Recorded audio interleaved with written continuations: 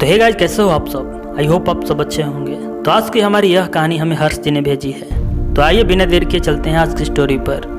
साथ ही कहानी सुनाने से पहले मैं आपको बता दूं कि यदि आपके पास भी कुछ ऐसी एक्सपीरियंस है या फिर कुछ ऐसी असाधारण घटनाएं हैं और यदि आप हमें शेयर करना चाहते हैं तो आप हमारे व्हाट्सएप नंबर पर अपनी कहानियाँ हमें भेज दीजिएगा। हमारा व्हाट्सएप नंबर आपको नीचे डिस्क्रिप्शन बॉक्स में मिल जाएगा, तो वहाँ से आप चेक करके अपनी कहानी हमें भेज दीजिएगा। तो चलिए बिना देर के चलते हैं आज की स्टोरी पर। तो इस घटना की शुरुआत यही साल 2011 से होती है। तो उस साल मैं अपने गांव से निकलकर शहर अपने सिविल इंजीनियरिंग की पढ़ाई करने के लिए गया हुआ था, क्योंकि पापा की भी यही इच्छा थी कि मैं भी गांव के और लड़कों के जैसे ही अपनी पढ़ाई दिल्ली में ही पूरा करूं। और चूँकि मेरी भी यही इच्छा थी तो मैं दिल्ली चला गया। हालांकि दिल्ली पहुंचने के बाद मुझे वहां कुछ खास ज़्यादा प्रॉब्लम तो नहीं हुआ, क्योंकि मेरे गांव के ही एक अंकल जी थे जो बहुत साल पहले से ही अपनी फैमिली के साथ वही दिल्ली में ही रहते चले आ रहे थे और उनका दिल्ली में खुद का एक मकान भी था। तो मैं वहीं रहने लगा एक रूम में।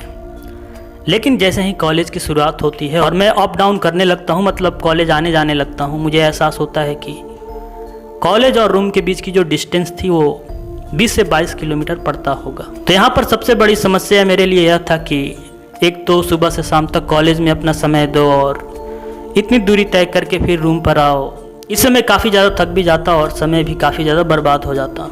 तो ये सब मेरे लिए बस की बात नहीं हो पाती थी कि इतनी दूरी तय करके कॉलेज से वापस रूम पर आओ। आई थिंक कॉलेज जाने में 1 से 1.5 घंटे का समय लग जाता और आने में 1 से 1.5 घंटे का समय लग जाता। मतलब आने जाने में लमसम यही 3 घंटे का समय मेरा बर्बाद हो जाता। तो मैं काफ़ी ज़्यादा थक भी जाता इन बीच। तो मेरे लिए चूँकि संभव नहीं था कि इतनी दूरी तय करके मैं अपनी पढ़ाई कर सकूं, तो यही मेरे ख्याल से 1 से 1.5 महीना वहाँ अपने अंकल जी के घर पर रहा हूँगा। फिर उसके बाद मैं कॉलेज के पास ही एक रूम ले लिया। चूँकि रूम दिखने में तो पुराना ही लग रहा था, लेकिन मेरे बजट का था तो सब ठीक था। और दूसरी सबसे अच्छी बात कि मेरे कॉलेज से काफ़ी ज़्यादा नज़दीक थी, यही मुश्किल से 1 से 1.5 किलोमीटर की दूरी पर पड़ता होगा। तो दूसरे दिन वहीं अपने सामान को शिफ्ट करके वहीं रहने लगा। अब सब कुछ ठीक हो चला था। अब समय भी बच जाता और मुझे कुछ ज़्यादा थकान भी महसूस नहीं होती थी। तो मुझे लगता है कि मैं उस रूम में यही 12 से 13 दिन ही रहा हूँगा कि एक शाम में जैसे ही अपने कॉलेज से यही 5 या 5:15 बजे के करीब अपने रूम पर आता हूँ। मैं जैसे ही अपने रूम का ताला खोलता हूँ और ताला खोलने के बाद जैसे ही अपना गेट खोलता हूँ तो मैं अपने रूम के नज़ारे को देखकर काफ़ी ज़्यादा हैरान रह जाता हूँ। मुझे उस दिन अपने आँखों पर विश्वास ही नहीं हो रहा था कि मेरे रूम में ऐसी घटनाएँ कैसे घट सकती है, जबकि मैं कभी बाजार भी जाता हूँ अपने रूम पर ताला लगाकर ही बाहर जाता हूँ। तो मैं उस शाम जैसे ही अपने रूम के गेट को खोलकर देखा तो मेरे रूम में रखी हुई कुछ बुक्स थी और कुछ कॉपियाँ, यहाँ तक खाना बनाने के लिए कुछ बर्तन थे, वे सभी चीज़ें नीचे फर्श पर पड़ी हुई थी। तो उन्हें देखकर उस शाम ऐसा लग रहा था जैसे कोई तो था जो काफ़ी गुस्से में था और मेरे रूम के अंदर आया और इन चीज़ों को फेंक कर चला गया हो। उस शाम मेरे कुछ बुक्स थी जो फट भी चुकी थी। तो मैं इन घटनाओं के बारे में अपने मकान मालिक से पूछा तो वे बोले कि मैं इन बारे में कुछ नहीं जानता।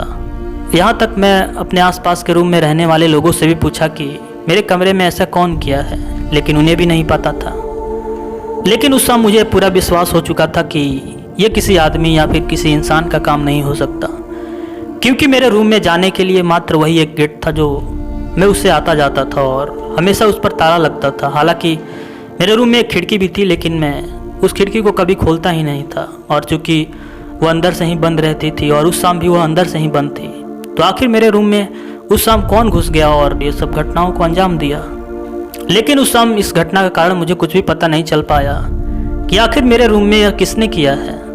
और रही बात बिल्ली की, तो बिल्ली के भी आने जाने की कोई गुंजाइश ही नहीं थी।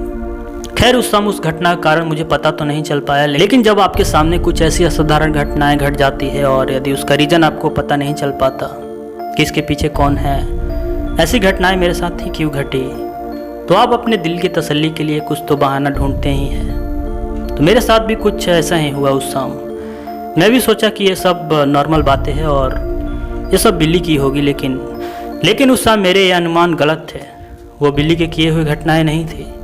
वो रूम मैं जिसमें रहता था वो एक हॉन्टेड रूम था जो 8 सालों से बंद पड़ा था। हालांकि इस घटना के बाद मैं नॉर्मल हो गया और मैं उस रात खाना वगैरह खाकर जल्द ही सो गया और फिर जैसे ही सुबह हुआ अपने कॉलेज के लिए निकल गया।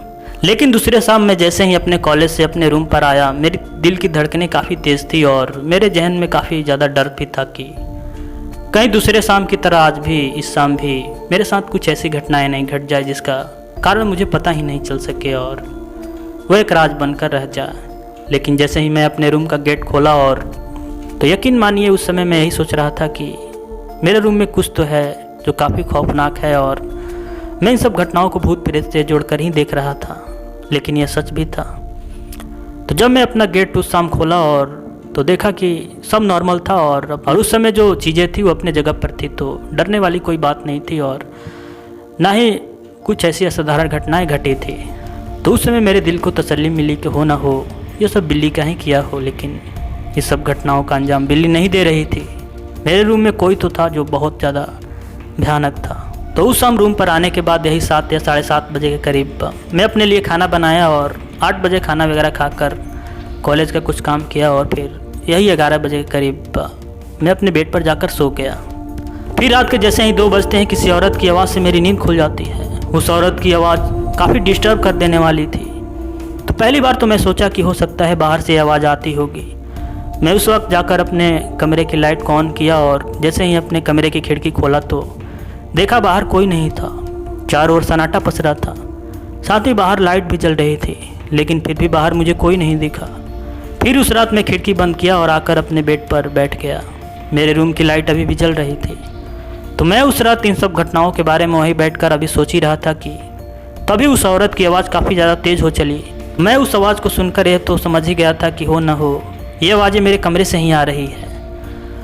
मैं जब वहीं बैठकर इन आवाज़ों को जब गौर से सुना तो मुझे ऐसा लगा कि ये आवाज़ें जो है मेरे कमरे के चारों तरफ से आ रही है, किसी एक डायरेक्शन से नहीं आ रही है। तो जब मैं उस कमरे के दीवार के पास गया और इन आवाज़ों को जब गौर से सुना तो मुझे किसी औरत की आवाज़ सुनाई दी। वो बार बार चिल्लाती और मुझे उस कमरे से निकल जाने के लिए बोल रही थी। मैं उस रात उन आवाज़ों को सुनकर इतना डर गया कि मैं उसी समय दौड़ा और अपने रूम के गेट के पास जा पहुंचा। तभी अचानक से मेरे रूम में जलता हुआ बल्ब अचानक से फूट गया और उसके कांच पूरे रूम में फैल गए। मैं इतना डर गया कि उसी समय रूम के बाहर निकला और रूम के बाहर निकलते ही अपने गेट को बाहर से ही बंद कर दिया और तुरंत दौड़ते हुए अपने मकान मालिक के पास पहुंचा। और जब उस रात वाली घटनाओं के बारे में उनसे बताया तो उस रात उनके भी पसीने छूटने लगे। मकान मालिक और उसकी पत्नी उसी रात मेरे रूम के बाहर आए। मैं अभी भी गेट बंद किया हुआ था और मेरे रूम में उस रात जो भी थी वो उस रात काफ़ी ज़्यादा चिल्ला रहे थे। साथ ही मेरे रूम में रखे हुए कुछ बर्तन थे, वे बार बार उस रूम में पटकते जा रहे थे। तो उस रात में जैसे ही अपने रूम के गेट को खोलने के लिए अपना हाथ बढ़ाया कि तभी वो मकान मालिक मुझे रोक लिया और बोला, बेटा ऐसा मत करो, आज इसे बंद ही रहने दो। चलो दूसरे रूम में आज सो जाओ और तुम आज से इस रूम में नहीं रहोगे। खैर दूसरे सुबह वहाँ से मैं अपना सामान शिफ्ट करके दूसरे रूम में रहने लगा और उस रूम के गेट के बाहर उस मकान मालिक ने हमेशा हमेशा के लिए एक ताला लटका दिया। इसके बाद उस रूम में कोई भी नहीं रहा। लेकिन मैं जब तक उस घर में रहा मैंने कभी नहीं देखा उस मकान मालिक को उस हॉन्टेड रूम में जाते हुए और वो कभी साफ़ सफाई करने भी उस रूम में नहीं जाता था। हालांकि कुछ दिनों तक वहाँ रहने के बाद मुझे उस औरत के बारे में पता चला कि तो यही 7 से 8 साल पहले उस रूम में अपने परिवार वालों के रजामंदी के बिना ही एक लड़का लड़की शादी करके उसी रूम में रहते थे। तो कहा जाता है कि यही 1 से 1.5 साल उस रूम में रहे होंगे कि तो एक दिन की बात है कि उस लड़की का पति धोखेबाज निकलता है और शहर में काम के बहाने से जाने को कहकर वो विदेश भाग जाता है। 1 महीने गुजर जाते हैं फिर भी उसका पति उसके पास नहीं लौटता। उससे भी यह अंदाज़ा हो चुका था कि मेरा पति धोखेबाज निकला और वो शायद विदेश भाग चुका है और ऐसा ही हुआ। अब यहाँ पर उस लड़की के लिए सबसे बड़ी दिक्कत की बात यह थी कि एक तो माँ बाप अलग हो चुके थे, उससे उनका कोई लेना देना नहीं था और दूसरी बात कि वह लड़की अब माँ बनने वाली थी, जिसके कारण वह लड़की इस सदमा को बर्दाश्त नहीं कर पाई और सुबह को वो पंखे से लटकी हुई मिली। हालांकि इन घटनाओं के बाद कुछ लोग उस रूम में रहने भी आए, लेकिन इन सब असाधारण घटनाओं की वजह से लोग 2 से 3 दिनों के बाद ही उस रूम को छोड़ देते। तो कहते कि रात को ऐसा लगता जैसे कोई हमें कान में बहुत तेज़ से चिल्लाता हुआ नज़र आ रहा था, तो बहुत सी परछाइयाँ दिखती, तो रात में कभी बर्तन गिर जाता।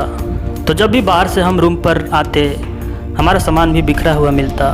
तो ऐसे ही असाधारण घटनाएं उस रूम में लोगों को देखने को मिलती और लोग इन सब घटनाओं के कारण परेशान होकर उस रूम को मुश्किल से 2 से 3 दिन के बाद ही छोड़कर चले जाते। हालांकि इन सब असाधारण घटनाओं के कारण ही उस रूम को हॉन्टेड माना गया और फिर उसे बंद कर दिया गया। यही 7 से 8 साल तक वो रूम खाली रहा और फिर उसमें कोई नहीं रहता था। तो 7 से 8 साल के बाद यही घटनाएं मेरे साथ घट जाती है, जो काफ़ी ज़्यादा डरावनी थी। आज भी इन घटनाओं को याद करके मैं बहुत ज़्यादा डर जाता हूँ। लेकिन इन घटनाओं के बाद यह तो पूरी तरह से सिद्ध हो गया कि उस रूम से वह औरत कहीं जाने वाली नहीं है और जब तक उस रूम में वह रहेगी उस रूम में कोई नहीं रह सकता। तो खैर, आज की हमारी कहानी यहीं पर समाप्त होती है और आशा करता हूँ आपको यह कहानी अच्छी लगी हो। तो आपको यह कहानी कैसी लगी आप अपनी राय कमेंट बॉक्स में बता सकते हैं। साथ ही यदि आपके पास भी कुछ ऐसी एक्सपीरियंस है या फिर कुछ ऐसी स्टोरी है और यदि आप हमें शेयर करना चाहते हैं तो आप हमारे व्हाट्सएप नंबर पर अपनी कहानी हमें भेज सकते हैं। हमारा व्हाट्सएप नंबर आपको नीचे डिस्क्रिप्शन बॉक्स में मिल जाएगा, तो वहाँ से आप चेक करके अपनी कहानियाँ शेयर कर दीजिएगा। तो जल्द मिलते हैं किसी और सच्ची स्टोरी के साथ और किसी वीडियो में। तब तक बाय एंड टेक केयर।